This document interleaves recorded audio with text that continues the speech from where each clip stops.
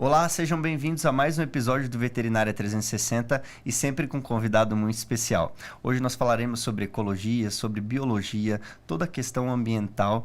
Então, para falar sobre esse tema, eu converso com a professora Vivian Riodo. Professora, obrigado. É um prazer te receber aqui. Prazer é todo meu, Rodrigo. Eu fiquei muito feliz com o convite. Muito obrigada. Obrigado. Então, para a gente iniciar, né? Eu vi que no seu doutorado você trouxe uma pesquisa falando sobre abelha com ferrão, abelha sem ferrão. Qual que é a diferença e o que é a meliponicultura e a apicultura?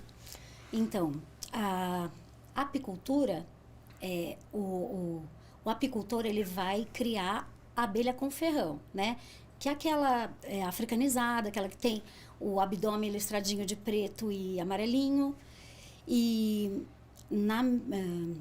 eles criam essas abelhas no intuito de produzir mel, né?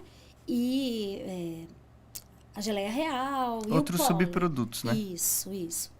E a meliponicultura é as nossas abelhas mesmo, porque a Europa ou africana, né? Que agora o que tem mais é o híbrido, que foi a Europa que acasalou, né? Com a africana.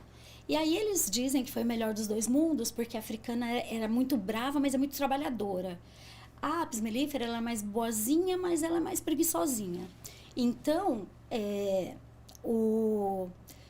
quando surgiu esse híbrido, o pessoal ficou bem feliz, porque uniu uma que era brava, mas era trabalhadora, com a outra que era menos brava, mas era meio preguiçosinha. Então, hoje tem a africanizada, né? Que é para o apicultor produzir esses produtos, como você falou. Sim. E para vender, né? Sim. E a abelha, ela tem um papel fundamental em toda a questão do meio ambiente, né? O que a gente pode aprender com as abelhas ali? Qual a função delas para o meio ambiente? Bom, as abelhas, assim como outros insetos, né, mas principalmente as abelhas, elas são fundamentais na polinização, né? Até tem uma frase, eu não vou saber, assim, certinho como que o Einstein falou, mas ele falava, já naquela época, que se a gente começar a suprimir as abelhas do planeta, é rápido o fim da gente até, tá? Das espécies. Por quê? Porque o vegetal, ele tem reprodução sexuada, tá? Mas só que essa reprodução sexuada, ela é através desse intermediário, que é o polinizador. E essa parte da ecologia, essa parte desses estudos é tão bonito, porque a apis mellifera, ela é muito mais estudada do que as abelhas sem ferrão, né? Também chamadas de abelhas indígenas. Por quê? Justamente porque o homem tem mais interesse em comercializar o mel da apis. Por quê? Porque ela dá muito mel. Só para você ter uma ideia, a quantidade de mel de uma melípona ou de uma jataí, né? É um cubinho assim. Então, você tem que cultivar bastante para tirar um tantinho. Mas elas, principalmente da jataí, o mel tem propriedades terapêuticas. Tem gente que usa para catarata no olho, pinga o mel dentro dos olhos. E ele é um mel mais fluido, né? Mas aí, o que acontece? É muito bonito porque a apis mellifera, ela é dividida, né? A colmeia é dividida entre rainha e as operárias. Macho tem muito pouco, só é produzido o zangão quando a colmeia está muito grandona e aí precisa enxamear, né? Mas é uma relação que a gente diz que é uma sociedade verdadeira. Por quê?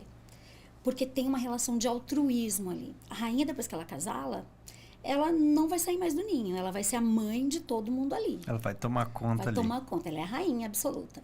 Só que ela não voa mais, porque daí o abdômen dela fica grande, ela é pesada, ela não consegue voar. Então, ela vai ficar confinada ali no ninho. E as operárias vão fazer todos os outros serviços, né? Vão limpar o ninho, vão forragear, que a gente chama, que é buscar esse pólen, esse néctar para fazer, né, o mel. E elas fazem uma outra coisa, um comportamento que é a gente brinca que é de kamikaze.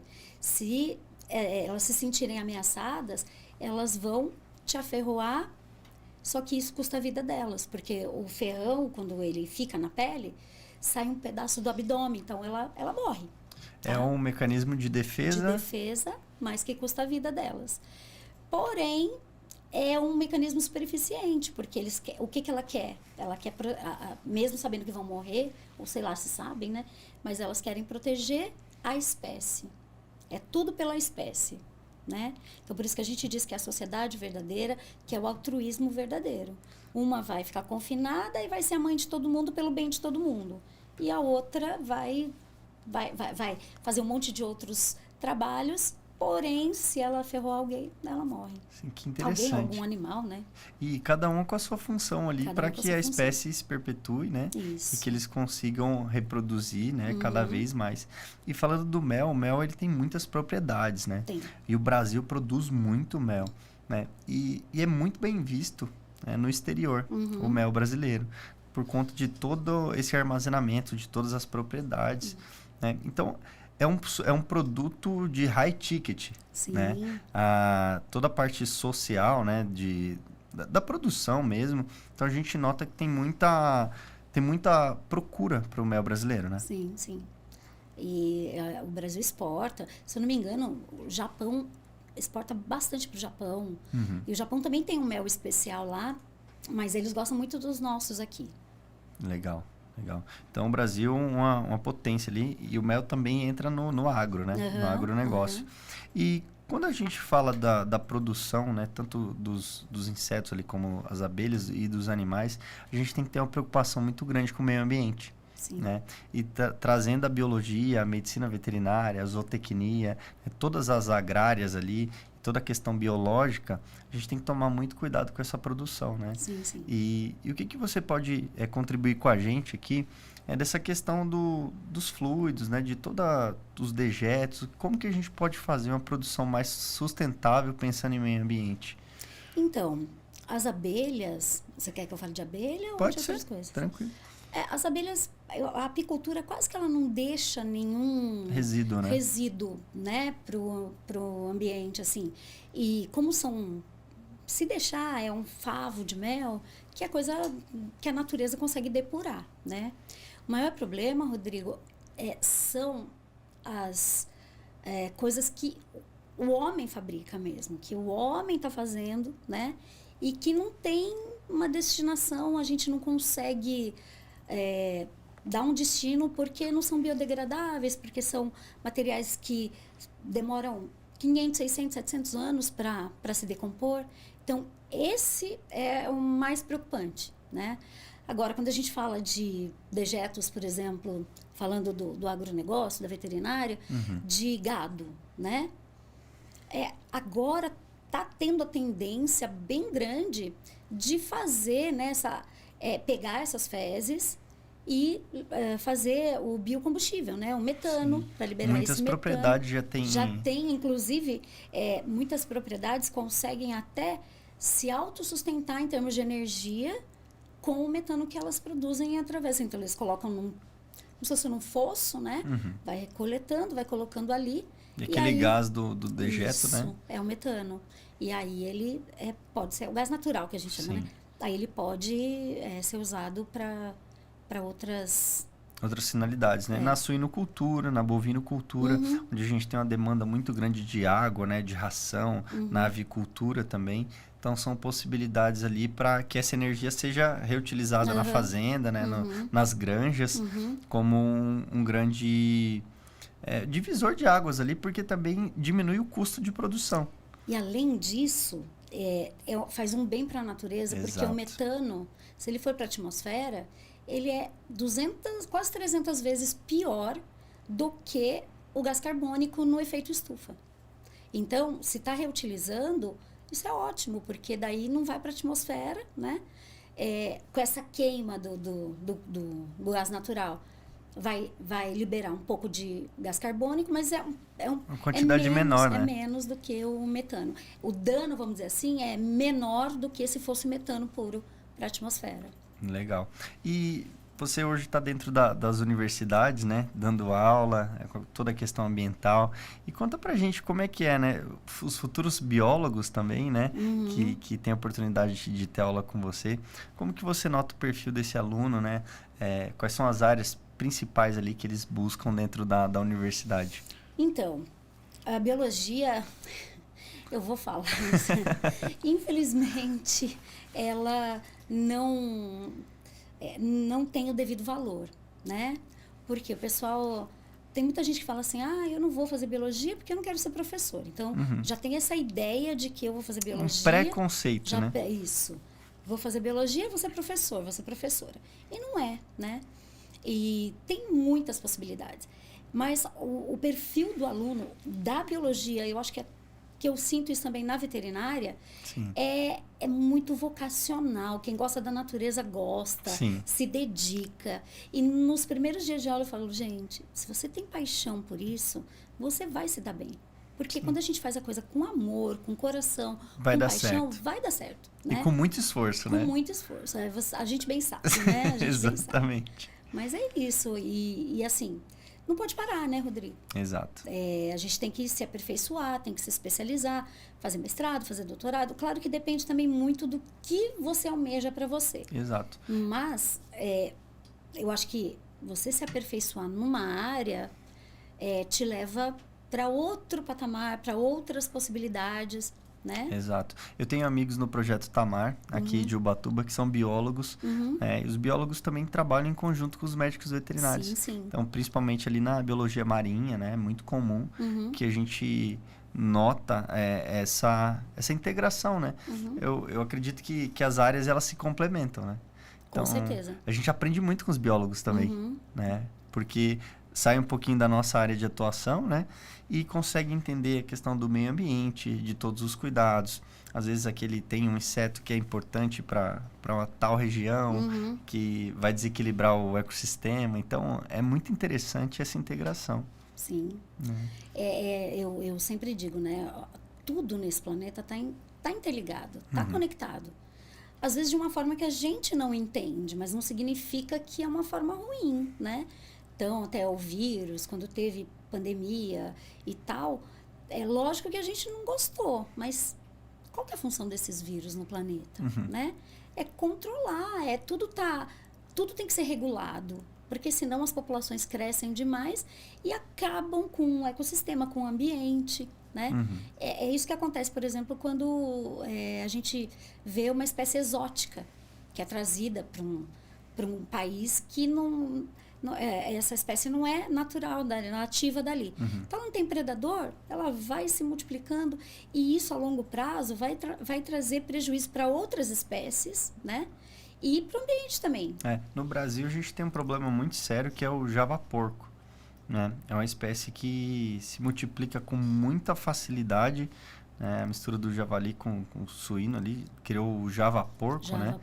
E é difícil de controlar. É uma espécie que em alguns estados é liberada a caça, porque a gente tem muito problema ambiental, né? Eles se reproduzem muito rápido, destroem toda a lavoura de milho, né? Então é uma espécie que não é daqui e a gente nota que até hoje tem dificuldade de controlar. Tem dificuldade mesmo, porque como se adaptou bem e não tem predador, né? Não tem.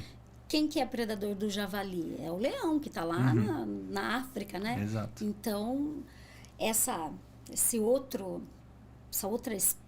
híbrido, né? Exato. Esse híbrido, os grandes felinos aqui, que são as onças, né?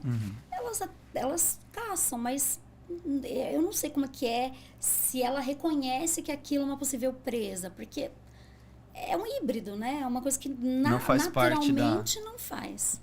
Daquela região, daquele ambiente. Né? Você falou da lavoura, mas o javaporco está destruindo até ambientes naturais, né? Porque eles devastam mesmo o solo, né? É como se fosse um trator desregulado ali. Vai pisoteando, vai estragando tudo. Então, são problemas que a gente nota e que é importante a gente avaliar também toda essa questão populacional, a integração da biologia com a zootecnia, com a medicina veterinária, para que a gente busque alternativas ali que não seja tão agressivo para o meio ambiente, né? E eu queria tocar em outro ponto também da questão da água, né? Da água e do solo. A gente nota que tem muita resistência bacteriana. Então, cada vez mais o uso de antibióticos tem sido disseminado assim, por diversas áreas dentro da medicina veterinária, com o uso desregulado de antibióticos. E na ponta a gente vê que a gente não consegue tratar diversas doenças, né? É isso mesmo. Por quê? O que acontece? A gente pensa, né? Antibiótico, mas tem um monte, né, de substâncias que também fazem o que a gente... É a seleção natural, né? Então, aquela bactéria que é mais sensível, ela morre. E se você não fizer o uso correto, você vai selecionar algumas que já tem alguma coisinha mais forte, né? O pessoal fala, a bactéria fica mais forte com antibiótico. Não, o antibiótico é para matar a bactéria. Só que muitas pessoas não tomam adequadamente. Da maneira correta. Né? Por isso que hoje em dia tem os das últimas gerações aí, tem alguns que são um comprimido só. Por que acontece? Você está com uma infecção de garganta. Aí você tem que tomar 7 dias. Mas se melhorar, é natural. A pessoa para de usar. Para de usar. E aí o que acontece? Resistência, né? Então, isso aí é bastante preocupante, né? Os bambambãs da microbiologia, os médicos, eles têm um medo real de que um dia vai chegar uma superbactéria, né? E que eles não estão preparados, porque não tem mais antibiótico para que funcione. Sim. A gente nota muito bem, né? Antigamente a penicilina funcionava muito bem, né? Hoje a gente nota que ela já não tem tanta eficácia assim. Não tem. Né? Tem que fazer um sintético junto, né? Exato. Você vai buscando a amoxicilina também. Hoje dificilmente a gente tem tanta eficácia assim por conta desse mau uso, né? Porque no Brasil, eu não vou lembrar para te falar certinho qual foi a data, mas no Brasil, até um tempo atrás, que não é muito distante, a gente comprava antibiótico, vou lá na farmácia, tô com um pouquinho de dor de garganta, tô sentindo não sei o quê, eu vou comprar, aí você pedia pro farmacêutico e ele te dava, né? Hoje não pode mais, hoje antibiótico só com receita médica. Exato. E o médico, ele vai ter ali o seu histórico. Então, ele vai saber que você já tomou tal antibiótico, melhor mudar, porque aquele ali talvez já não seja tão eficiente, né? Ou fazer um antibiograma também. Isso. Para ver a quantidade ali de sensibilidade, né? Isso. E também tentar entender também o todo daquele paciente, por exemplo, né? Porque, às vezes, por que ele está tendo infecções repetidas? O que aconteceu? Daí vai para outra instância. Será que é o sistema imune? A pessoa está se alimentando direito? Qual que é o ambiente? Voltando a falar do ambiente. Qual que é o ambiente que ela mora, né? Porque às vezes você cura aquela infecção, mas ela volta para o mesmo lugar que fez com que ela se contaminasse. Exato. E a gente não precisa ir muito longe, né? Boa parte do Brasil não tem saneamento básico. Verdade. Né? Isso é a maior tristeza. Então, quando a gente avalia a fundo, assim, a gente sai um pouquinho da bolha e busca outras regiões do Brasil, posso dizer assim que, em média, 50% desse país ainda não tem saneamento básico, que é o mínimo para a gente prevenir as doenças. Por isso que chama básico, né? Exato. Mas parece que quem está à frente, ou alguns governantes, não entendem, porque, às vezes, a prevenção não aparece, não é tão evidente quanto hospitais públicos, né? Exatamente. E assim, a gente sempre discute isso, né? Um esgoto fica embaixo da terra, ninguém vê. Então o político quer o quê? Ponte. Algo que está à vista, né? Todo mundo vai ver, olha, aquele lá fez tal obra, mas será mesmo que ninguém vai dar valor para uma coleta de esgoto, para um tratamento de esgoto? né? Exato. Então são pontos importantes para a gente prevenir várias doenças e conseguir trazer qualidade de vida para esse povo, né? Que eu acho que é interessante, sim, para a longo prazo, né? Não é algo que você vai ver o efeito agora, mas é para daqui muitos anos. Sim. Né? E já tem estudos, né? Inclusive do Ministério da Saúde, que para cada R$ 1 investido em tratamento de esgoto, de água, você vai ter um lucro mais para frente de R$ 3 na medicina. Nossa, Você vai prevenir doença, então não vai ter esse gasto lá na frente, né? E essas doenças são o que a gente chama de males evitáveis. Porque com o saneamento você conseguiria diminuir assim assustadoramente a quantidade, A né, propagação de doenças, principalmente doenças infecciosas, sim, né? Sim. Onde as pessoas moram ali em locais insalubres, né? Então, fica aqui o nosso alerta também para quem está nos ouvindo, né? Que consiga tirar proveito dessas informações. Esse dado eu não tinha, né? Do 1 para 3 ali. Então, a economia é muito importante, né, a longo prazo. E, professora, a gente está chegando na reta final do nosso podcast. Acredito que a gente contribuiu muito para as pessoas, né? Falando sobre abelha, falando sobre saneamento, toda a questão ambiental, o que pode ser feito, né? Para contribuir, de certa maneira, com o ambiente, que a gente consiga viver mais alguns anos aqui nesse planeta, né? E que seja utilizado da melhor maneira possível. É verdade. Tá? Sim. Então, muito obrigado pela sua presença e as considerações finais para a gente encerrar esse episódio. Bom, de novo quero te agradecer, né? E uma coisa que eu sempre falo para os meus alunos da veterinária, porque às vezes eles tinham uma certa resistência, né, com a ecologia. E aí eu falava, gente, mas sabe os animais que vocês tanto amam? Eles estão no ambiente. Exato. Se a gente não preservar o ambiente, não vai ter animalzinho, porque ele depende de um bioma, ele depende de uma floresta, ele depende de um ambiente.